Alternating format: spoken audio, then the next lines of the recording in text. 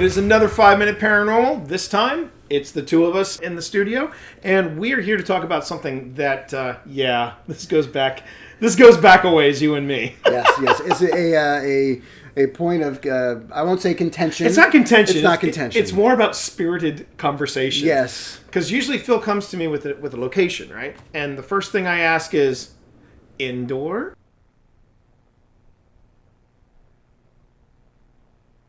I'm new at this, so go gently on me.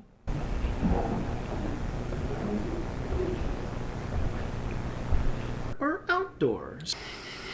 That was right under us.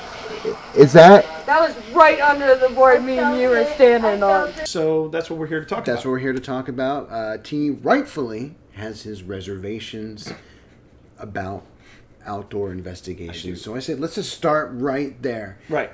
Give me a few bullet points on what you find just to be not optimal about the outdoor investigations. It's great for accessibility because you just walk in, boom, you start doing what you do. Provided you have the place to yourself. That is the first big problem. Yeah. Is when you're in an area that's outdoors and it's open to the general public, you have to worry about said general public coming in, going out. Of course. But that also leads to my first problem. The first problem I have with outdoor investigations is the amount of outer stimuli that you're getting, right? Right. You are looking at a lot more variability in what's happening in the environment, from sound to temperature to motion. A great example of that is, well, I can't say it by name because if I do reveal the name of this place, Phil's going to punch me. So we're just going to call it Phil's Paranormal Fishing Hole, okay? We're just going to call it that. And at Phil Rossi's fishing hole, Paranormal Fishing Hole, there are train tracks right next to it. There is forestry surrounding it, and then you've got a parking lot that's real close to it. So, I mean, already you got three sources of prime outer stimuli that's going to throw off a lot of the measurements that you have. But you also mentioned things about temperature, and you also mentioned things about wildlife. And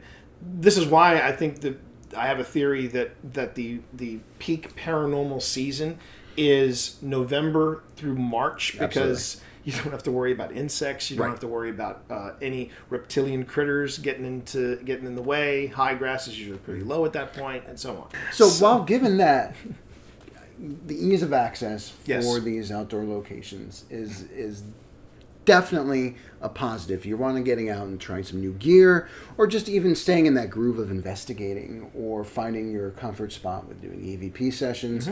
It's great to be able to have spots that you don't have to prearrange access, pay for access, and you can just get out and go.